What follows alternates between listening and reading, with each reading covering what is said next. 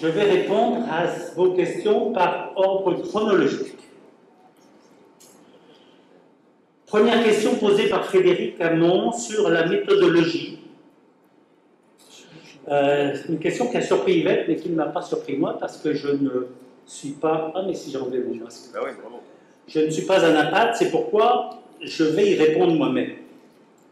Ce que nous avons voulu faire, Yvette et moi, c'est une étude anatomo-clinique pour savoir réellement de quoi étaient composées les membranes. Le microscope électronique à transmission permet de faire des études morphologiques, et ça a d'ailleurs été déjà fait par les anciens qui ne connaissaient pas les techniques d'immunohistochimie. Une étude morphologique, ça vous permet par exemple de voir ici, vous voyez la limitante externe de la rétine, là un capillaire d'un diabétique, mais quand il s'agit de savoir de quoi est composée une membrane, vous voyez, ça c'est une pièce très exceptionnelle qu'a pu étudier Yvette. Vous voyez ici la rétine avec la limitante interne qui est là. Il y a une plaque de hyaloïde adhérente qui est ici.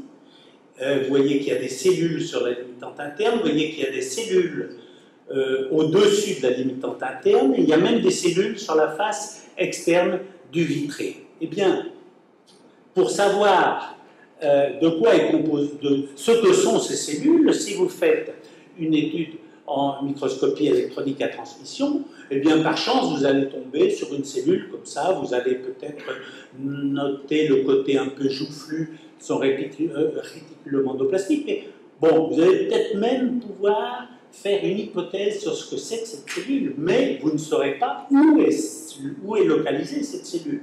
Alors que avec l'immunohistochimie, vous travaillez sur un morceau que vous identifiez. Et le gros avantage des anticorps, c'est qu'ils sont non pas, ils étudient les cellules non pas au niveau cellulaire, comme le fait la microscopie électronique à transmission, mais beaucoup plus loin, ça va au niveau moléculaire. Pourquoi? Parce que les anticorps sont spécifiques de molécules. Par exemple, l'anticorps anti-GFAP est spécifique des cellules gliales, et ça va même plus loin, spécifique des cellules gliales lorsqu'elles sont chargées de microfibrilles de GFAP. Donc, ça identifie non seulement les cellules, mais leur état de fonctionnement. Donc, vous voyez, ça va beaucoup plus loin, et c'est ce qui a permis à Yvette de découvrir de quoi était formée la limitante interne. C'était la première, de quoi étaient formées les membranes. Si vous voulez. Et là, vous voyez bien que ces cellules gliales, pleines de GFAP, on en trouve sur la limitante interne, on en trouve dans cette membrane qui est autour, qui est au-dessus de la limitante interne, et que même ces cellules qui sont sur la face externe du vitré sont aussi des cellules gliales. Donc toutes ces cellules sont des cellules gliales. Et en fait, la chance qu'on a eue, c'est qu'Yvette a fait son cursus à Naples, à l'hôpital neurologique de Lyon, et c'est là où elle a appris à utiliser ces marqueurs, ces techniques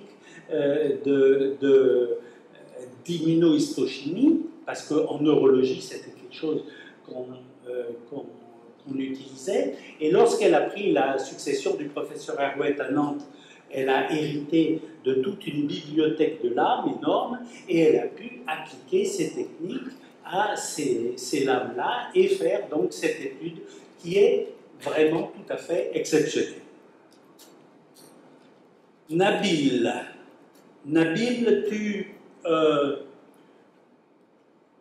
en fait, tu as tout compris, Nabil. Tu as compris en tout cas ce que beaucoup d'universitaires français n'ont pas ou ne veulent pas comprendre. C'est que la membrane n'est pas une maladie. La membrane, c'est un symptôme qui nous indique simplement qu'il y a eu une ischémie rétinienne ayant entraîné une prolifération gliale et que cette gliose s'est enchevêtrée aux fibres d'une plaque hyaloïdienne adhérente, ce qui entraîne les reflets que l'on voit. C'est un peu la même chose que, vous savez que si on éteignait là peut-être, on ne peut pas éteindre. Ça, vous y verriez peut-être mieux. C'est un petit peu, ouais. Voilà. C'est un peu de la même façon que le bord réversé et fixé d'une déchirure de stade B est un symptôme qui nous indique qu'il y a une plaque de hyaluride en arrière de la déchirure, ce qui va peut-être interférer sur notre décision de faire une chirurgie, de faire une vitrectomie ou non, comme la présence de la hyaluride peut intervenir dans notre choix de sélectionner plus ou moins, d'aller en dehors de la plaque ou sur la plaque, mais dans ce cas, la maladie, c'est le décollement de rétine, et dans le cas d'une membrane, la maladie, ce n'est pas la hyaluride, c'est la présence d'une ischémie.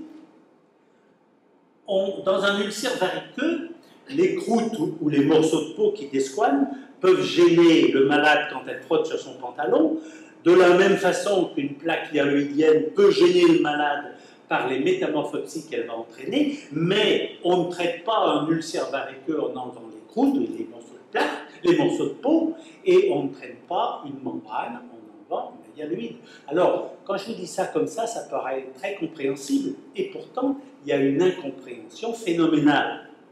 Vous connaissez l'histoire, j'avais une lampe à fente fixée sur le microscope qui me permettait de voir les reflets émis par la prolifération astrocytaire, ce qui m'a incité, il y a 40 ans, à enlever systématiquement la limitante interne et donc à introduire ce concept d'ablation systématique de la limitante interne lorsque j'ai constaté que les résultats visuels étaient bien meilleurs que ceux obtenus par la simple ablation de membrane. Mais le problème, c'est que la hyaluride est intimement adhérente à la prolifération astrocytaire, ce qui fait que lorsque on cherche à enlever uniquement la hyaluride, eh bien dans 50 à 75% des cas, on enlève aussi un lambeau de limitante interne qui va par lui-même entraîner une réaction réparatrice de la rétine et qui va troubler les esprits parce que les gens vont dire en enlevant la hyaluride, j'ai quand même eu une amélioration. Supposez que l'ablation d'un petit lambeau de limitante interne ne suffise pas à entraîner une réaction rétinienne, il n'y aurait pas de confusion dans les esprits. On saurait qu'il faut faire un large rexis de limitante interne, et ça, tout le monde le ferait. Alors que là, il y a encore des gens qui cherchent à savoir est-ce que l'on peut traiter un trou maculaire sans enlever la limitante interne. Enfin, c'est comme si on cherchait à savoir si c'était utile d'enlever les morceaux de peau dans un ulcère varique. Bon. Nabil a mis l'accent également sur les membranes secondaires à des déchirures ou des décollements qui ne sont pas aussi faciles à disséquer que les membranes idiopathiques. Eh bien oui, Nabil, tu as bien compris. Il s'agit de deux maladies différentes. La membrane idiopathique est une maladie rétinienne ischémique, avec une réaction rétinienne marquée donc par la prolifération astrocytaire qui confère à la membrane une certaine rigidité et grâce à un pseudo-plan de clivage qui fait que c'est facile à disséquer. Alors que la membrane secondaire a une déchirure ou un décollement, c'est tout à fait autre chose. Le traumatisme va entraîner une stimulation de l'EGFR, mais là, il n'y aura pas de gliose astrocytaire qui aide au pelage de la limitante interne. La stimulation de l'EGFR va entraîner une gliose réparatrice, vous l'avez vu dans la chaîne, et entre autres choses, une stimulation du RPEGF. Et donc, la stimulation du RPEGF va entraîner l'épithélium pigmentaire, une multiplication de l'épithélium pigmentaire qui va passer par la déchirure, qui va se dédifférencier en myofibroblastes et qui va proliférer à condition qu'il rencontre une structure hyaloïdienne pour pouvoir proliférer. Si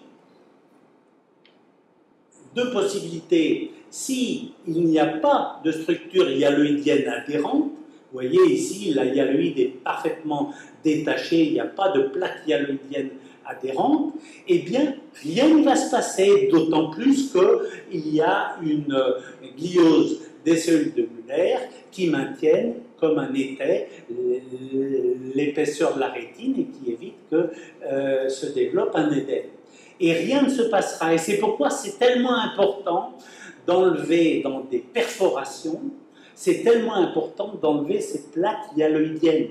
Parce que si vous enlevez parfaitement sur une perforation une plaque hyaloïdienne, il n'y aura pas de prolifération, il n'y aura pas de rétraction secondaire, parce que l'épithélium pigmentaire ne pourra pas se proliférer. Hein? Ou bien alors, deuxième possibilité, l'épithélium pigmentaire va rencontrer de la hyaloïde, vous voyez là, c'est une plaque hyaloïdienne adhérente, et il va se déposer dessus, il va pouvoir proliférer. Ça, c'est intéressant, c'est des doubles marquages. Là, vous avez un marquage par anticytokératine qui est spécifique de l'épithélium pigmentaire, et vous avez un marquage par anti-GFAP qui vous marque la gliose des cellules de Muller. Et donc, il n'y aura pas de prolifération astrocytaire, il n'y aura donc pas de plan de clivage, et lorsque vous allez vouloir prendre cette hyaloïde-là, avec la membrane, eh bien, vous allez avoir du mal. Pourquoi? Parce que la gliose astrocytaire s'infiltre dans la hyaloïde et la fixe au reste de la rétine. Au passage, vous voyez que les myofibroblastes ont un potentiel contractile qui forme ces plis que vous connaissez bien dans le décollement de rétine, dans la PV. Alors, c'est très important d'avoir pris conscience que dans un décollement, il y a une prolifération, enfin il y a une gliose des cellules de Muller qui survient tout de suite. Alors vous pouvez me dire, ok, Yvette, elle a des yeux énucléés, éviscérés, donc des yeux avec des multipathologies, et c'est des cas extrêmes où vient se former cette gliose mullérienne. Mais non, et Yvette va vous expliquer le pourquoi du non. Bonjour à tous. Donc, quelques remarques avant de commencer. En anapathie, très souvent, lorsqu'on a des échantillons, on voit qu'il existe une séparation artefactuelle entre le neuroépithélium et l'épithélium pigmenté rétinien que vous voyez là. Et le seul moyen de savoir si la rétine est décollée, c'est d'examiner l'intégrité des photorécepteurs. Dans ce cas-là, vous voyez qu'il s'agissait bien d'une rétine à plat, avec en immunohistochimie un aspect négatif de l'anticorps anti-EGFR et une négativité également de la GFAP. Le marquage que vous voyez un peu linéaire, c'est la coloration native des fibres optiques avec l'anticorps que nous avons utilisé. Mais vous voyez, il n'y a aucun marquage intrarétinien. Donc elle est décollée? Elle n'est pas décollée. Elle est à plat. Et pourquoi? Parce que les photorécepteurs sont intacts? Oui, tous les photorécepteurs sont intacts, ça permet de bien vérifier qu'il s'agissait bien d'un témoin en fait. C'est quand c'est décollé, ils sont intacts. Ah, ils sont tout de suite altérés. Alors, bon, je ne sais pas si c'est en une demi-journée ou 24 heures, mais c'est de cet ordre-là. On a tout de suite une altération. Alors, concernant maintenant dans les circonstances pathologiques, on va d'abord voir l'ischémie. Dans l'ischémie, il y a un œdème rétinien que vous pouvez voir sur cette coloration HES, avec une coupe ici paramaculaire, avec une augmentation du neuroépithélium, mais aussi la présence de ces multiples petites bulles qui crient et dissocient l'ensemble du neuroépithélium, avec une petite prédominance au niveau des couches externes. Et lorsqu'on fait l'anticorps anti-GFAP, on voit qu'il existe une gliose, mais il s'agit d'une gliose purement astrocytaire et qui reste minime et localisée au niveau des couches internes de la rétine. Au niveau externe, où prédomine l'œdème, vous voyez qu'il n'y a pas de gliose. En ce qui concerne le GFR, elle est quasiment négative. Vous voyez que ce fabuleux système de sauvetage des cellules n'est pas mis en route pendant l'œdème et pendant l'ischémie. Alors, par contre, en ce qui concerne le décollement de la rétine, dont vous avez ici un exemple, vous voyez qu'il existe une altération des photorécepteurs jusqu'à la limitante externe rétinienne. Il s'agit d'un décollement assez récent, avec une conservation de la stratification nucléaire. Et vous voyez que sur l'anticorps EGFR, il y a carrément une expression massive de l'EGFR sur toute l'épaisseur de la rétine. C'est tout ce que vous voyez coloré en brun. Sur le marquage par la GFAP, vous voyez qu'il existe une gliose massive. Elle est périmée de caractéristiques de la gliose des cellules de l'odeur et elle s'étend de la limitante interne à la limitante externe rétinienne. Alors, pour mieux préciser l'ensemble de ces phénomènes et en connaître mieux la chronologie, nous avons effectué avec Claude Baucher une étude expérimentale de décollement de la rétine chez le porc. Alors, on a choisi le porc parce que, comme vous pouvez le constater sur la chaise, sur ce globe oculaire de porc normal, non opéré, vous voyez qu'il y a une ressemblance très importante avec la rétine humaine, avec sur cette rhodopsine la visualisation des photorécepteurs. Vous voyez leur absence d'altération. Il s'agissait bien donc d'une rétine de porc à plat. Et vous voyez que le GFR, comme chez l'homme, ne marque pas la rétine à l'état normal de la même manière que la GFAP. Alors, lors du 15e jour du décollement, vous pouvez constater la présence donc, du décollement de la rétine avec un décollement en parapluie, avec l'existence de cellules épithéliales pigmentées qui vont sédimenter au niveau de l'entonnoir papillaire et le début d'une PVR. Vous voyez sur l'anticorps anti-rhodopsine la présence du produit de nécrose des photorécepteurs au niveau de l'espace sous-rétinien qui témoigne bien du caractère décollé de la rétine. Sur le GFR, maintenant, vous voyez qu'au 15e jour, il y a une explosion de son expression à travers toute l'épaisseur rétinienne. Vous voyez que le tissu rétinien apparaît presque dilacéré, avec la présence d'un œdème aigu qui est très important, et sur la GFAP, vous avez l'apparition d'une gliose déjà bien installée au 15e jour des cellules de Müller qui intéressent la quasi-totalité de l'épaisseur rétinienne. Au 35e jour, alors vous voyez toujours l'altération bien sûr persistante de l'altération des articles externes des photorécepteurs, qu'on voit mieux sur la rhodopsine, toujours la présence d'un petit produit de nécrose des photorécepteurs, avec au niveau de l'EGFR la persistance d'un haut niveau d'expression, bien que celui-ci se soit stabilisé à un niveau légèrement inférieur que ce qu'on a pu voir au 15e jour, et avec par contre une gliose qui s'est intensifiée, qui va maintenant des couches externes aux couches internes de la rétine, et qui donc avec une résorption de l'œdème rétinien.